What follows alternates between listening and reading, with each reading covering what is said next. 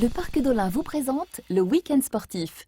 Alors si d'abord en football, les clubs de la région ont gagné ce week-end, on va y revenir dans un instant, car un petit coup de cœur du côté du sport féminin, Guillaume. Oui, une fois n'est pas coutume, on va commencer cette chronique pour rendre hommage à deux équipes, bien sûr le SBVA qui est en finale d'Eurocoupe, et aussi saluer les joueuses de tennis de table du CP Lys-les-Lannoy qui elles aussi sont en finale de Coupe d'Europe. Deux équipes féminines de la métropole lilloise qui sont au plus haut niveau européen dans leur compétition. Bah oui, c'est quand même pas mal. D'abord le CP Lys, vendredi soir, qui a battu lors de la demi-finale retour les Hongroises de Budapest, 3-1, avec une grosse prestation de Xiao Xinjiang, la numéro 1. Elles joueront la finale européenne face à un club turc. Et puis ensuite, coup de chapeau à l'ESBVA, qui va jouer sa première finale aller face à Bourges ce mercredi. Et la finale retour, ce sera mercredi suivant, le 13 avril. Le match aller, je le rappelle, diffusé en direct sur Grand Lille TV mercredi soir. Et une victoire qui aura certainement donné confiance aux guerrières ce week-end, puisqu'elles affrontaient Bourges également en championnat, et elles se sont imposées de 14 points samedi soir. Donc voilà, bravo au sport féminin. En tous les cas, on espère que ça permettra aux deux équipes de briller au plus haut niveau. Il y a vraiment des chances de titre de part et d'autre pour les deux équipes. Bon, vous l'avez compris, on reparlera de basket féminin et de l'ESBV à Lille Métropole d'ici mercredi soir, puisque le match sera donc à suivre dès 20h en direct en exclusivité sur Grand Lille TV. On passe maintenant au LOSC avec une première bonne nouvelle. Ouais, alors la première bonne nouvelle, elle vient pas du LOSC. La première bonne nouvelle, c'est de dire que Caen a chuté à Toulouse et Nice a perdu au PSG. Ça, c'est plus attendu.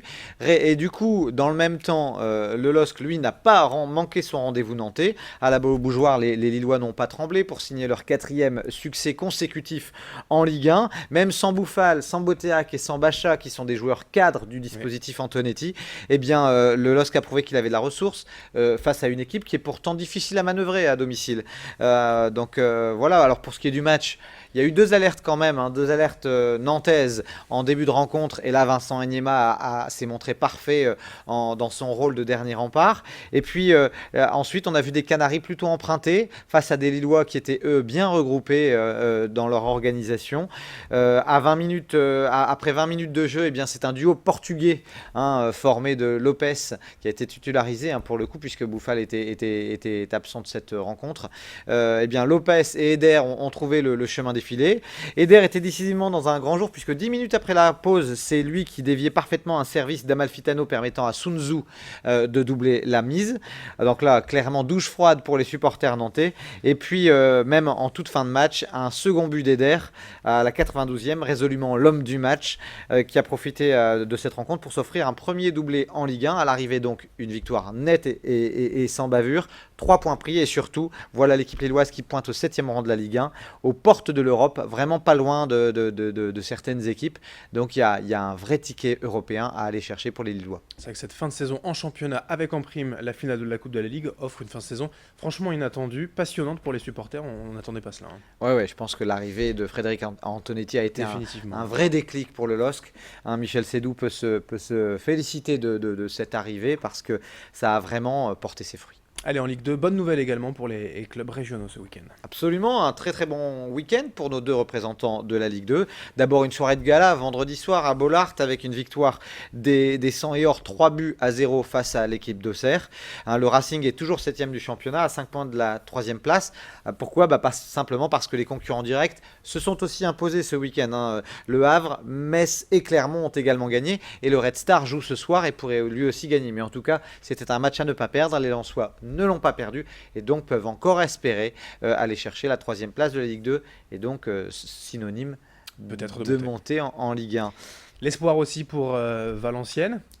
Un bon pas de fait en tout cas ce week-end. Oui, un vrai pas de fait, parce qu'il fallait les prendre, ces 3 points face à Evian-Tonon-Gaillard. Ça permet aux Valenciennois de remonter à la 13e place du classement de Ligue 2. Le but de Dacosta à la 57e minute aura suffi. Et encore 4 ou 5 points et le maintien sera acquis. Ça devrait être jouable, Adrien, puisqu'il reste quand même 7 journées en Ligue 2. Donc une victoire, un nul, et Valenciennes sera maintenue. De l'équitation sous le soleil de la Côte d'Opale. Ouais, avec encore un très très beau plateau pour le CSO d'Ardelot, c'est un 3 étoiles. Ça a été ce week-end le passage obligé de bien des cavaliers en route vers les Jeux Olympiques de Rio. Alors on pensait que Michael Whittaker ou Guy Williams, les Britanniques, pourraient vraiment jouer un rôle, mais c'est bien un Hollandais qui a succédé à un autre Hollandais, puisque c'était Grève, le Hollandais qui s'était imposé l'an dernier. Un Remco Bin cette année a su jouer la sécurité lors de son dernier passage et ça a payé. Donc victoire de cet Hollandais et puis premier Français Nicolas Dezeuse qui s'est classé deuxième. On ouvre la page basket. Rapidement, d'abord pour vous dire que d'abord en Pro A, une bonne victoire du BCM face à Cholet 82-78, même si le BCM s'est fait un petit peu peur à certains moments du match. Et puis en Pro B, coup d'arrêt pour Orchy à Charleville, et surtout lié à ce premier quart-temps. Ils ont pris 23-8 dans le premier quart-temps et puis ils ont tout le temps couru après le score, d'où la défaite. Donc là, Orchy, on les a condamnés. On a eu un sursaut d'espoir avec les 4 victoires consécutives. À nouveau, ce sera difficile pour Orchy. Par contre, Denain, là, défaite attendue face au leader hier Toulon, 46-56. Défaite de Lille à Nantes, mais après prolongation, c'était très serré.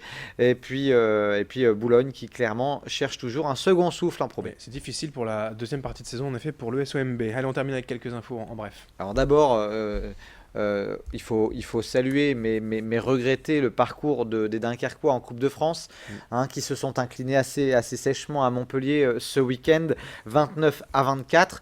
Donc ça les met un petit peu en doute parce qu'en plus on n'est plus du tout sûr d'une qualification européenne pour nos amis de l'USDK. Donc ça c'est un petit peu la mauvaise nouvelle du week-end. En motocross, une belle victoire de Victor Brossier lors de la deuxième manche des championnats des Flandres de motocross. En volley, le TLM qui nous avait déçus lors des 2 dernières journées s'est imposé à l'extérieur 3-7-0 à Plessis-Robinson. Le TLM peut désormais se préparer pour les playoffs. Et puis le Raid du Touquet avec une victoire de quelqu'un que je connais bien, qui est un copain, Léo Fortin, qui s'était associé à un ancien cycliste professionnel, Michel Lelièvre.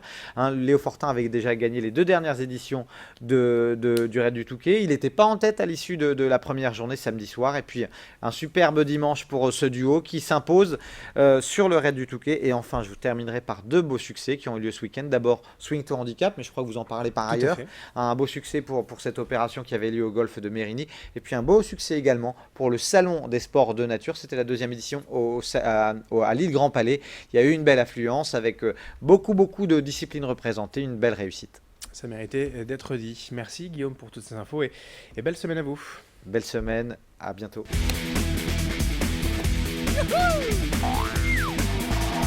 Le Parc d'Olin, destination nature et sensations, vous a présenté le Week-end sportif.